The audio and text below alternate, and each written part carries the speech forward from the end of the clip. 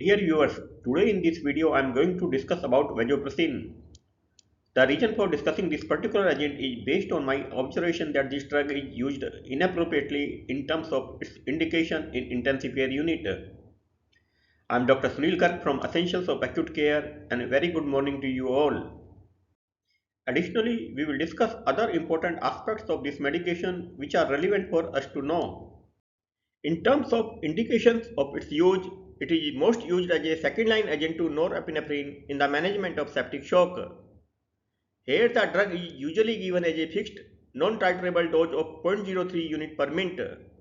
Another infrequently used indication is in post-cardiotomy shock state. The primary aim of adding as a second-line agent is to either achieve the goal of mean arterial pressure which cannot be achieved by catecholamine agent alone or to reduce the dose of catecholamine.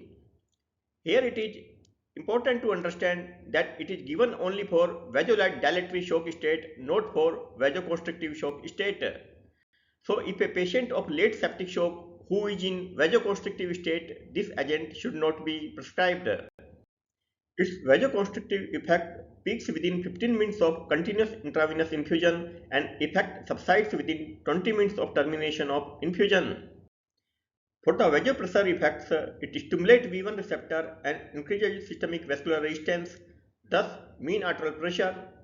And for the antidiuretic effects, it acts on the V2 receptor and increases water permeability at the level of renal tubule, resulting in decreased urine volume and improved osmolality. Vasopressin is also used off-label in various other conditions, including its use in cadaveric organ recovery if patient is hypotensive in combination with other hormonal therapy. It is also used in the management of central diabetes insipidus and for the management of gastroesophageal variceal bleed as an alternative agent.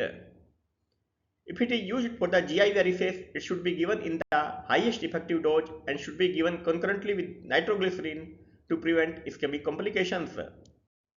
Remember, if it is used in septic shock, it is used adjunctively as a second-line agent with the aim of achieving the goal of mean arterial pressure if not attained with the catecholamine vasopressor alone or to reduce the dose of catecholamine vasopressor.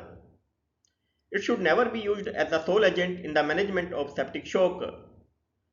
It should also not be used in other shock states which are not vasodilatory or even in septic shock when septic shock is in late stage and vasodilation is not present. For the vasopressor effects, it is administered as a continuous infusion, while for the antidiuretic effects, subcutaneous route is preferable.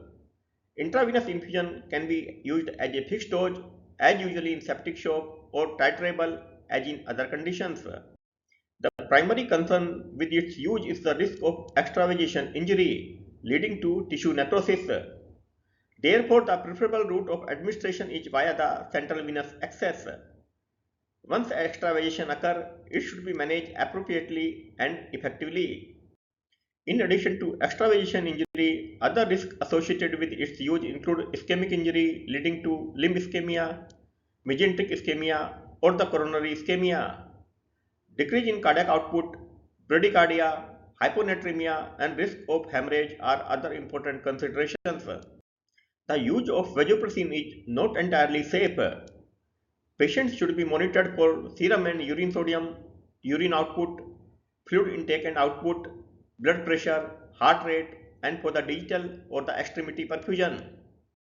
In terms of major interaction with the other drugs, any drug which causes bradycardia, syndrome of inappropriate antidiuretic hormone, or diabetes insipidus should be given with caution.